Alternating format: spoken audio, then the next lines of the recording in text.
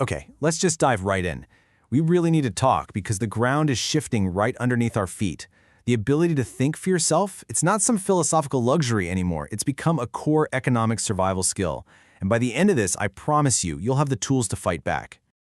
I want you to let this question really sink in for a moment. I mean, seriously.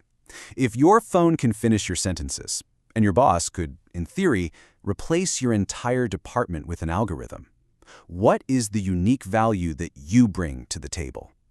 The second you start outsourcing your thinking, you start outsourcing your future. And that number, 60%, that's not some wild forecast for 2050. That is the reality right now. The World Economic Forum found that 6 out of every 10 jobs today demand that you learn new skills.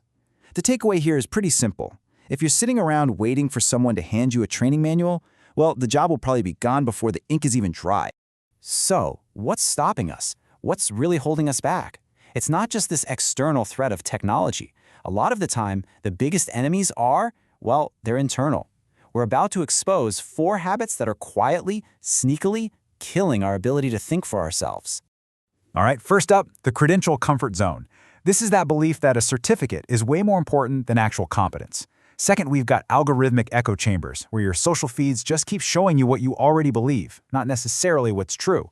Third is passive AI syndrome. You know, that lazy temptation to just copy and paste from an AI without ever really questioning its output. And finally, the most human one of all, the fear of looking stupid. And this, right here, perfectly illustrates the antidote to that fear.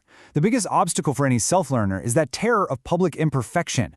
But real learning, real innovation, that happens when you're willing to try something, fail, and even share that process. This isn't just a nice quote, it's a mantra for this new economy.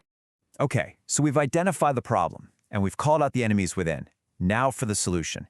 And this isn't about vague, feel-good advice. This is a clear, actionable framework to start building up your thinking muscles and reclaim your cognitive firepower. So the foundation of this entire plan is something called a wicked question. This is the kind of problem you just can't Google. You know, think less, what's the capital of Australia, and more like, how might renewable microgrids reshape village economics in sub-Saharan Africa by 2030? These are the questions that demand original thought. So here's the game plan. First, you frame those wicked questions. Second, you flood your inputs, and I mean get at least 3 contradictory sources on your topic. Third, fight your first answer. Seriously, write down your conclusion, then spend 15 minutes just methodically trying to tear it apart. Fourth, run micro-experiments. Build a small prototype, launch a tiny pilot, learn by doing. And fifth, synthesize and teach. Trust me, the fastest way to find the gaps in your own understanding is to try and explain it to somebody else. Look, theory is great, but practice is where the value really is. I don't want you to just watch this and move on. I want you to start building these muscles immediately. So, here's a simple, tangible challenge you can complete in the next 24 hours.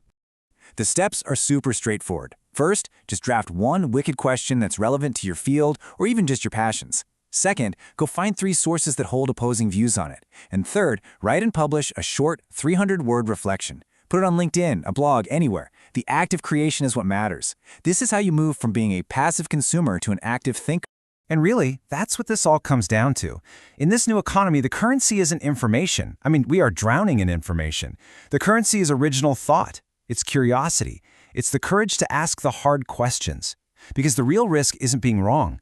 It's being intellectually passive. So think for yourself or get used to losing.